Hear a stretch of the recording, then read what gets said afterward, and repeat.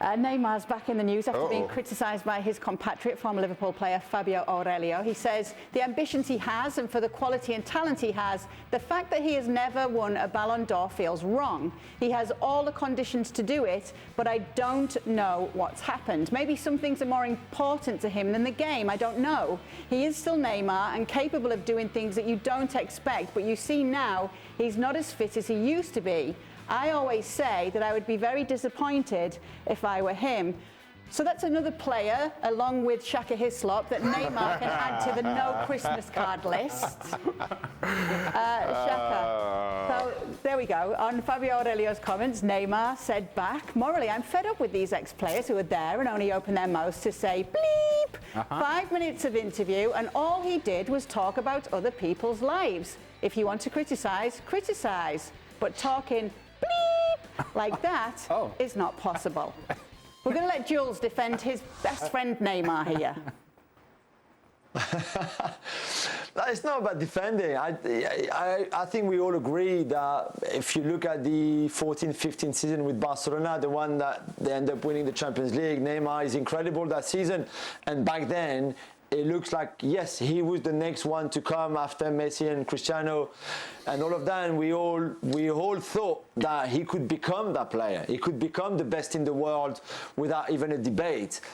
Things haven't just turned that way. Was the move to Paris right? Maybe, maybe not. Has he lost his way a little bit along the way? Certainly. I think he will admit that it's been tough at times. Maybe had he stayed, he would have not struggled in the way that he did at times in Paris, or maybe he would still have struggled. I don't know. The fact is now it's too late. I mean, Fabio Aurelio can say whatever he wants. I mean, I don't even know who Fabio Aurelio is really compared to Neymar in terms of talent and all of that. But that's not the point here.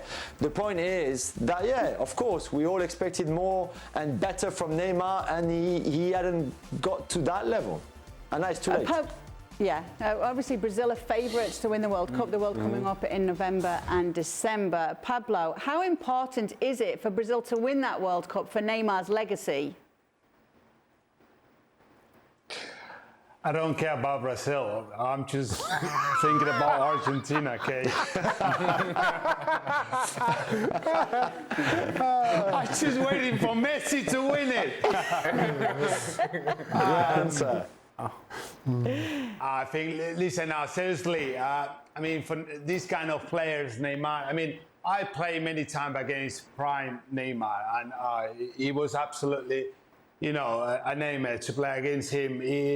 He's a really good player, and for all these guys, I mean, winning the World Cup would be massive.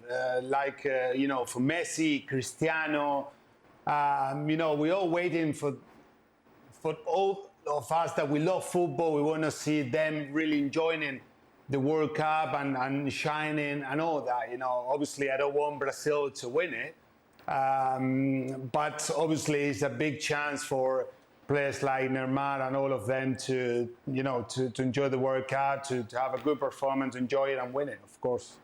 Pablo's absolutely fuming now. I think he's crossed me off his Christmas card list for even mentioning Brazil and winning the World Cup in the same sentence. What do you reckon, Ali? When you evaluate Neymar and his career, it's so very difficult. It's not very straightforward. It's very nuanced, because there's no doubt that the talent level was for him to be at an elite level for a long, long period of time. And while we still think of him as elite because of what we've seen him do on the field, the results don't actually match that level of performance. The results don't actually match the expectations. And the expectations with Brazil, the expectation with PSG, at his time in Barcelona, as good as it was, he was the second guy because, well, Messi was there. And so the move to PSG was supposed to be the liberation of Neymar, the moment in which he becomes his own man, his own player. Here we go, this is my team, this is where we take my career to an entirely different level, the level that we expected him to be.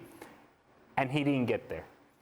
And I think for Neymar, that level of expectation, it's a moving target.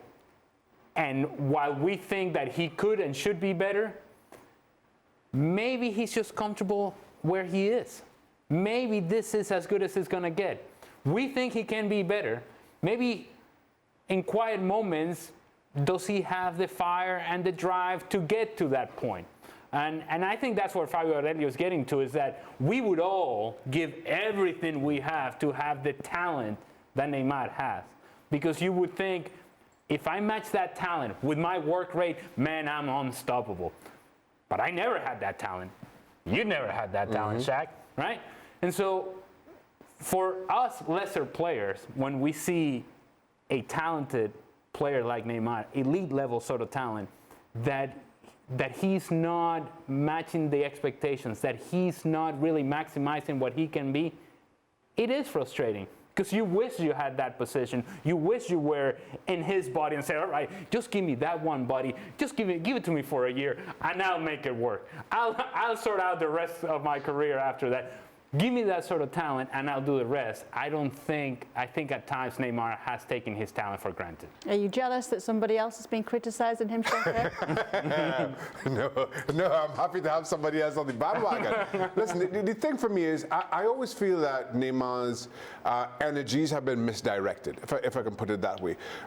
And you look back over the course of his career, Jules mentioned the 2014-2015 season, where I think he was the heir apparent to Lionel Messi.